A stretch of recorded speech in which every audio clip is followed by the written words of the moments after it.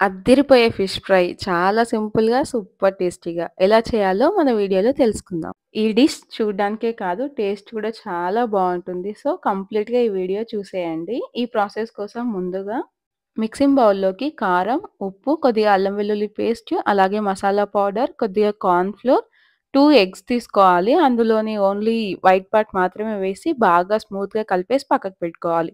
ఇప్పుడు ఫ్రెష్‌గా వాష్ చేసిన ఫిష్ పీసెస్ ఉంటాయి కదా! వాటికి ఈ విధంగా నీట్‌గా, ఈవెన్‌గా అప్లై చేయాలండి. ఇలా ప్రతీదీ అప్లై చేసేసి ఒక ప్లేట్‌లోకి తీసుకోవాలి. చూసారు గదా! ఈ విధంగా అప్లై చేసి పైన ఇంకో మూత పెట్టేసుకొని ఫ్రిడ్జ్‌లో ఒక 1 అవర్ పెట్టాలి. ఇదిగో 1 అవర్ తర్వాత ఇప్పుడు పాన్ పెట్టేసుకొని స్టవ్ పైన దీనికి తగ్గట్టు ఆయిల్ తీసుకోవాలి. ఇక్కడ నేను 1 కేజీ ఫిష్ తీసుకున్నాను కాబట్టి 3 టేబుల్ స్పూన్స్ ఆయిల్ యూజ్ చేస్తున్నాను. ఈ పాన్‌లో 1/1 ఎన్ని పడతాయో అన్ని ఫిష్ పీసెస్ పెట్టేసుకోవాలి. ఆ తర్వాత